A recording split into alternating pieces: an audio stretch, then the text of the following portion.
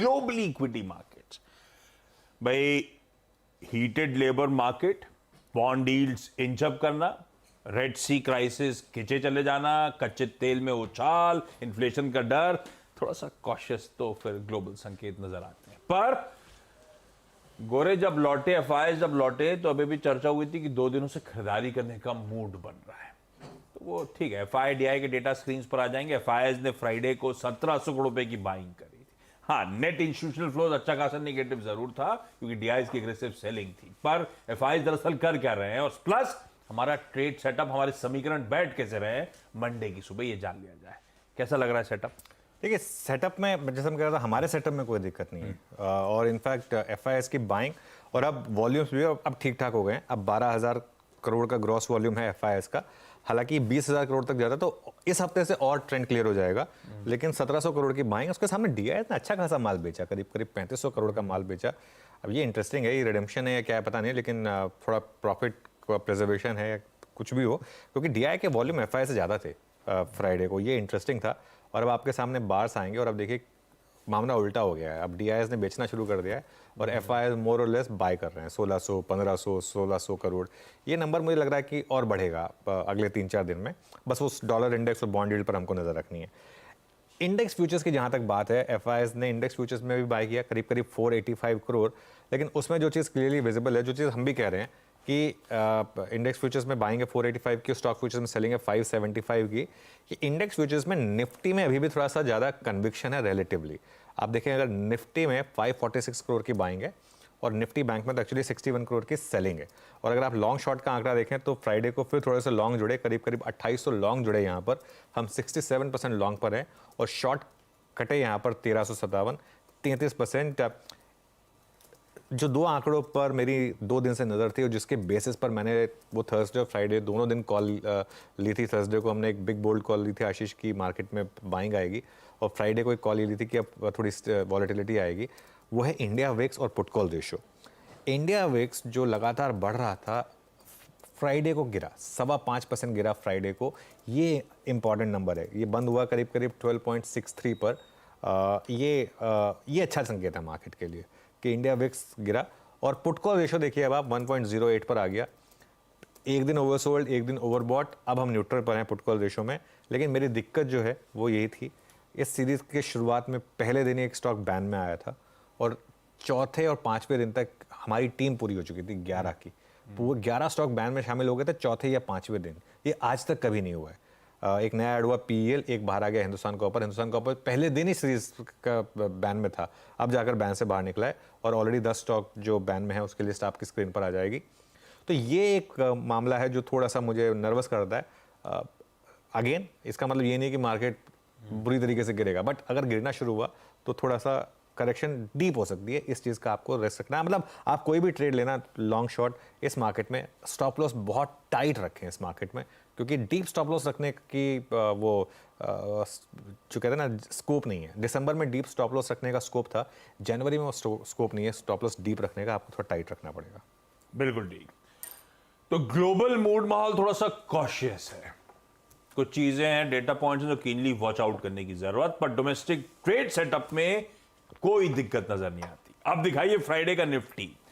Friday का Nifty का behaviour वैसे ही था जैसे पिछले वीक निफ्टी का बिहेवियर था। पहले दबाव, फिर जाते जाते हफ्ते के एंड में रिकवरी। ऐसी फ्राइडे को भी हमने स्क्रीन पैन आउट होती हुई देखी। आपने अपफ्रंट डिफाइंड मार्कर्स तो मुझे दे दिए, 21,500 ऑन द वे डाउन और 21,834 जो अब तक के उच्चतम स्तर थे वो ऑन द वे अप। ये डिफाइंड मार्कर्स मेरे पास हैं। इसके नीचे गया तो दिक्कत, उसके ऊपर गया तो तेजी। पर इस बीच में अब रणनीति क्या होगी? रणनीति यही है इस मार्केट में कि आपको लेवल बेस्ड ट्रेडिंग करनी है इस मार्केट में। देखिए, पूरी दिसंबर हमने सिर्फ एक 1 वे लॉन्ग ट्रेड रखी थी। जनवरी में हमारा व्यू बहुत क्लियर है, आपको लेवल बेस्ड ट्रेडिंग करनी है मार्केट में। और लेवल्स बताया था मैं आपको। पहले तो सबसे पहला रेजिस्टेंस आएगा आपका 21,750 का, जो फ्राइडे का हाई था आपका। और उसके बाद जो नेक्स्ट रेजिस्टेंस आएगा वो आएगा 21,834 पर, जो कि सीरीज़ का हाई था। और अगर आप सपोर्ट की बात करें तो पहला सपोर्ट आपका 21,629 पर, जो कि फ्राइडे का लो है। और बड़ा सपोर्ट आपका 21,500 पर, जो कि सीरीज़ का लो है। तो ये कुछ लेवल्स हैं जिन पर आपको वॉच आउट करना है। यहाँ पर आपका बाय जोन कहाँ पर आएगा? देखिए 21,650 से 21,700 ये है आपका यहाँ पर बाय जोन, और एड जोन है 21,600 से 21,650 का, और डे ट्रेडर से एक स्टॉप लॉस लगा दें 21,564 का। 21,564 में क्यों कह रहा हूँ, ये थर्सडे का लो था। थर्सडे का लो की सिग्निफिकेंस क्या थी? थर्सडे को जो हमने एक आप थे नहीं, मैंने एक मूवी के साथ रेफरेंस लिया था, जब भी मेट वाला, जिसमें हमने कहा था कि मुझे 150 पॉइंट की रैली दिखती है उस दिन, और उस दिन वो 150 पॉइंट की रैली हुई थी, उस दिन का लो था ये। ठीक है, तो फ्राइडे को भी हमारा वही लेवल था वॉच आउट करने का, 21,564 का। इसके लिए इंट्राडे ट्रेडर्स 21,564 का स्ट्रिक्ट स्टॉप लॉस जरूर लगाएं। पोजिशनली अगर आप लॉन्ग कैरी कर रहे हैं तो 21,500 का क्लोजिंग बेसिस पर स्टॉप लॉस जरूर रखें। अगर वो ब्रीच होने लगे तो प्लीज़ मार्केट से बाहर निकल जाइए। बहुत बड़ी रैली हमने एंजॉय कर ली है, कोई दिक्कत नहीं अगर थोड़ा सा प्रॉफिट आप घर ले जाना चाहते हैं तो। अच्छा, अगर ये लॉन्ग ट्रेड ग्रिप में आई तो इसको प्रॉफिट भी बुक करना है आपको 21,750 से लेकर 21,800 के जोन में, क्योंकि मुझे नहीं लगता कि इतनी आसानी से आप 21,834 निकाल कर 22,000 पर चले जाएंगे। थोड़ा उसमें टाइम लगेगा मेरे ख्याल से, थोड़ा कंसोलिडेशन होगा।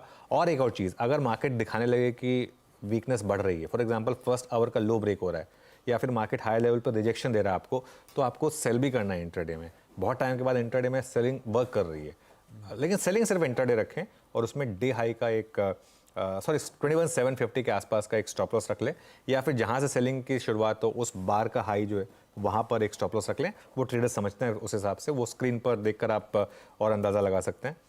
लेकिन स्ट्रिक्टली इंट्राडे में ही करनी है शॉर्टिंग। क्यों? क्योंकि मार्केट का लार्जर ट्रेंड अभी भी पॉजिटिव है। लार्जर ट्रेंड नेगेटिव मार्केट का तभी होगा जब हम 21,500 के नीचे बंद होने लगेंगे, तब तक मार्केट का ट्रेंड पॉजिटिव है। ओके, तो लेवल बेस्ड ट्रेडिंग, और वो लेवल्स ब्यूटीफुली जो एक्सप्लेन हुए थे प्रोड्यूसर साहब ने स्क्रीन पे रख भी दिया, नोट डाउन करिए, स्क्रीनशॉट ले लीजिए। अब आइए निफ्टी बैंक। निफ्टी बैंक का एक महत्वपूर्ण अंश तो हमने डिस्कस करा एचडीएफसी बैंक के थ्रू, कैसे फ्राइडे को उसने बिहेव करा था। वर्डिक्ट क्लियर है, थोड़ा सा पस्ती रहा इवेंचुअली स्टॉक उस दिन। अब क्या अप्रोच रखूं निफ्टी बैंक में? बिल्कुल, देखिए एक तो एचडीएफसी बैंक का इंटरडे चार्ट, और एक बार जरा बैंक निफ्टी का भी इंटरडे चार्ट ले आइए आशी। देखिए बैंक निफ्टी में इस समय रिटेल के लिए ट्रेड नहीं है, क्योंकि इस इंडेक्स में रिटेल ट्रेड कर ही नहीं सकता। आप बता दीजिए मुझे किसने कैसे पैसा बनाया होगा? शॉर्टिंग करके शुरू में पैसा बना होगा, आखिरी में एकदम से मार्केट फिर चल गया। यहाँ पर मैं सिर्फ लेवल्स बता रहा हूँ, क्योंकि जो कंपल्सिव ट्रेडर्स हैं उनके लिए ज़रूरी है जानने लेवल्स, लेकिन ट्रेड अभी नहीं है बैंक निफ्टी पर। यहाँ पहला सपोर्ट है आपका 47,823 पर, जो कि फ्राइडे का लो था, और बड़ा सपोर्ट है आपका 47,500 ऑप्शंस के हिसाब से। देखिए कितने डीप हैं ये, मतलब सीधा जो लो था उसमें आधे लास्ट के 1 घंटे की रिकवरी से ही 200 पॉइंट का कुशन बन गया। रेजिस्टेंस है 48,382 पर, जो कि फ्राइडे का हाई था, और बड़ी रेजिस्टेंस है आपकी 48,636 पर, जो कि ऑल टाइम हाई है। क्यों मैं थोड़ा कॉशियस हूँ बैंक निफ्टी को लेकर? 2 रीज़न से। एक तो अगेन वो एचडीएफसी बैंक नंबर्स ठीक ठाक लगे, लेकिन स्टॉक चला नहीं, क्योंकि पहले ही चल चुका था स्टॉक। 1 महीने पहले का अगर आप मूव देखें तो 10-12% पहले चल चुका था एचडीएफसी बैंक, तो वो थोड़ा सा वीक हुआ। और दूसरा आईसीआईसीआई बैंक भी वीक नहीं है हालांकि, लेकिन स्ट्रेंथ मिसिंग है आईसीआईसीआई बैंक में। हर बार ये 20 डेमा पर आकर रुक रहा है आईसीआईसीआई बैंक। तो जब तक एचडीएफसी बैंक और आईसीआईसीआई बैंक चलेंगे नहीं, और दोनों में से एक तो चले कम से कम, दोनों जब तक चलेंगे नहीं तब तक थोड़ा सा मुश्किल है बैंक निफ्टी का बहुत ज़्यादा आउट परफॉर्म करना। तो या तो लेवल बेस्ड ट्रेडिंग रखें, टाइट स्टॉप लॉस रखें 100-150 पॉइंट का, या फिर बैंक निफ्टी को कुछ टाइम के लिए अवॉइड कर लें, निफ्टी में ट्रेड करें या फिर इंडिविजुअल स्टॉक्स में ट्रेड करें।